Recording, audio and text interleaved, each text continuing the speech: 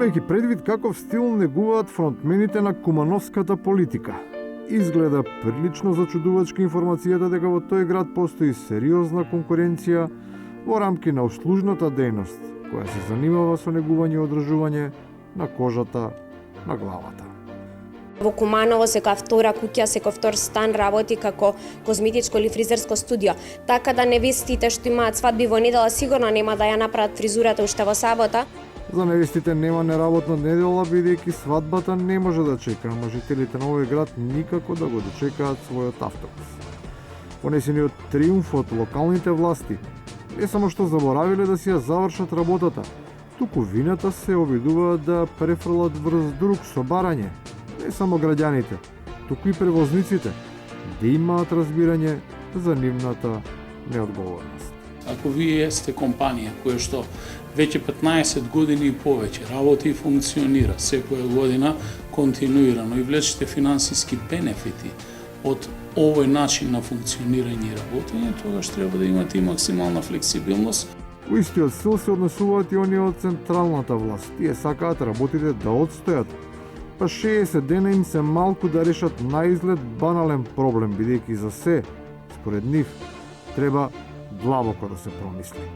Одроните на автопатот Штип-Миладиновци се уште не се отстранети и повеќе од 2 месеци се вози по една коловозна лента. Не смееме да пристапиме кон брзо решение кое што ќе биде и штетно решение. Во меѓувреме во помал размер свлечено земјиште има на уште едно место на истиот патен правец. Може би треба да се земе за пример предводникот на Карбинци, кој е толку ангажиран да ги надмине препреките што оведува и иновации во уредувањето.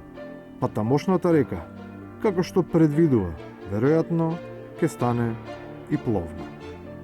Имаме проект за регулација на речното корито, со кој што регулација ќе се регулира практично течението на реката под мостот и над мостот, под мостот и над мостот. Со ваквиот пристап сигурно ќе се качи високо на листата на успешност, но без надеж дека може да се стаса до врвот. Оти тој според Кавадарчани е безициран, иако без да се прецизира точната местоположба. Мината година се рогија на одличното второ место, не веруваме дека ќе бидеме под тоа прво место. И на крајот, за сите што не знаат што да мислат во моментот, советниците од Росоман имаат вистинско решение.